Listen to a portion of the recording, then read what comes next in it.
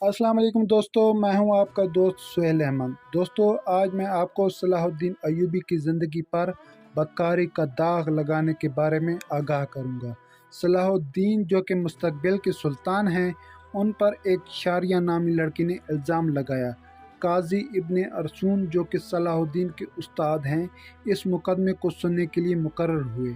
काजी इब्ने अरसून बहुत परेशान था कि अगर ये इल्ज़ाम सच साबित हो गया तो मेरी सारी ज़िंदगी दी हुई तालीम और तरबियत पर पानी फिर जाएगा। नाजरीन, ये वाक़या कुछ इस तरह है।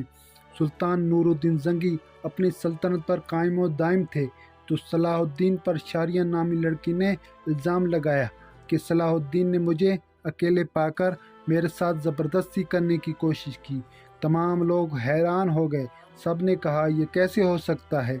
सुल्तान नूरुद्दीन ज़ंगी की मौजूदगी में काजी इब्ने अरसून ने यह मुकदमा सुनना था और फ़र्द जुर्म ऐद करना था। इस वाक़ये की वजह से सलाहुद्दीन को सारी रात बुखार में तड़पता रहा और वो अल्लाह से दुआ करता रहा, ऐ अल्लाह मेरी मदद फरमा।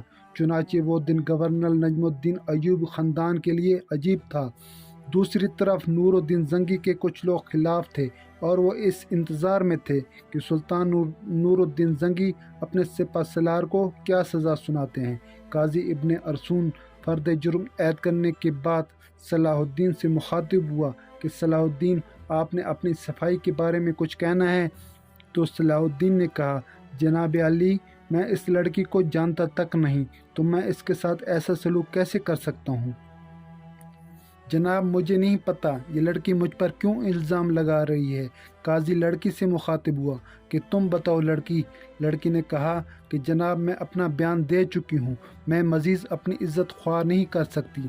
सलाहुद्दीन को बुखार ज़्यादा होने की वजह से काँप रहा था, तो सब ने सोचा कि सलाहुद्दीन कसूरवार है। सलाहुद्दीन ने कहा कि काजी साहब, अगर ये लड़की अल्लाह की कसम खाकर ये कह दे कि ये इल्ज़ाम सच्चा है तो मैं ये गुनाह कबूल कर लूँगा जो मैंने किया ही नहीं। तो लड़की ने सलाहुद्दीन की तरफ देखा और हैरान हो गई और वो ज़ोर कतार रोने लगी और कहने लगी, जनाब, सलाहुद्दीन बेकसूर हैं। मुझे ये सब करने के लिए अमीर इब्ने मरकूम ने कहा। अमीर इब्ने मरकूम जो कि सुल्तान नूरुद्दीन ज़ंगी के वज़ीर हैं।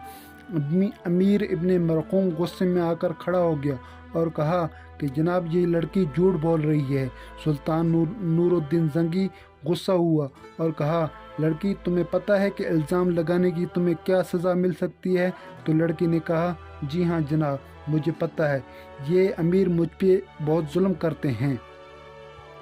चुनाचे सुल्तान नूरुद्दीन ज़ंगी ने लड़की का सारा वाक़या सुना और उसके बाद सुल्तान ने लड़की के जिस्म पर कोड़ों के निशान देखे और उसके बाद लड़की सच्ची निकली और सुल्तान ने अमीर इब्ने मरकूम से वज़ारत छीन ली और अमीर इब्ने मरकूम को शरीयत के मुताबिक 70 कोड़ों की सज़ा सुनाई और इस तरह सलाहुद्दीन अपने इल्ज़ाम से बरी हो गया।